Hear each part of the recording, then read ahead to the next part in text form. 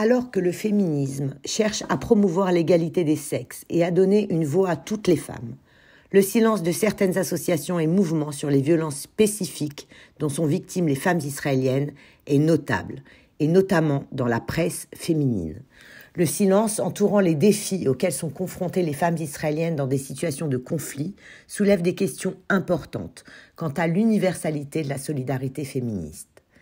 Le 7 octobre 2023, des événements tragiques ont secoué la communauté internationale, mettant en lumière les violences sexuelles perpétrées à l'encontre des femmes israéliennes. Ces agressions, en plus d'être des actes criminels, soulèvent des questions cruciales sur la solidarité féministe mondiale. Des organisations telles que Nous Toutes et le mouvement MeToo, qui ont été des voix puissantes dans la lutte contre les violences faites aux femmes, semblent observer un silence troublant face aux souffrances spécifiques des femmes israéliennes. Le 25 novembre dernier, journée internationale pour l'élimination de la violence à l'égard des femmes, une manifestation d'envergure a eu lieu en France. Cependant, un collectif de femmes juives exprimant leur solidarité avec les victimes israéliennes a rapporté avoir rencontré des obstacles pour intégrer le cortège. Ce fait souligne les défis supplémentaires auxquels sont confrontées les femmes juives qui tentent de se faire entendre au sein même des mouvements féministes. Caroline Yadan, figure éminente de ce collectif et députée, a pris la parole à l'Assemblée nationale pour attirer l'attention sur le silence persistant des féministes français face aux agressions contre les femmes israéliennes.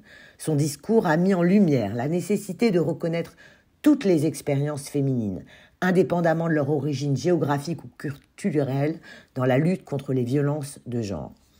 Les violences faites aux femmes persistent malheureusement dans notre société et il est de notre devoir de nous lever, de prendre position et d'agir. L'indignation est sélective et nous devons porter la voix des femmes israéliennes injustement oubliées. En nous engageant, nous devenons les porte-voix de celles qui ont été réduites au silence, les défenseurs de la dignité humaine. Chaque geste, chaque action que nous entreprenons dans ce combat contribue à construire un monde où chaque femme peut vivre sans crainte de violence. L'engagement ne se limite pas à des paroles, mais à des actes concrets. Il s'agit d'offrir un soutien inconditionnel aux victimes, de sensibiliser notre communauté à la réalité de ces violences et de plaider pour des changements sociaux et législatifs nécessaires. En unissant nos forces, nous devenons une force irrésistible pour le changement.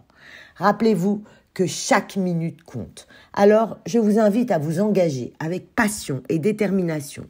Ensemble, nous pouvons contribuer à mettre sur le devant de la scène le pogrom que les femmes israéliennes ont vécu et continuent de vivre depuis le 7 octobre. C'est avec une profonde conviction que je m'adresse à vous aujourd'hui pour discuter de l'importance de l'engagement dans une association dédiée à la défense des femmes victimes de violences. Aujourd'hui, 21 décembre, un rassemblement spontané est organisé devant les locaux du magazine Elle, figure de la presse féministe, et restée étrangement silencieuse. Ce rassemblement se tiendra 3 places André Malraux à Levallois-Perret, à l'initiative du collectif No Silence. Il prendra la forme d'un défilé en hommage aux 14 femmes encore otages du Hamas et permettra de raconter l'histoire et le calvaire vécu par chacune d'elles et les mettra en lumière face au silence et à l'indifférence dont elles font l'objet. Alors venez nombreux, habillés en noir et rouge pour soutenir cette action. On compte sur vous.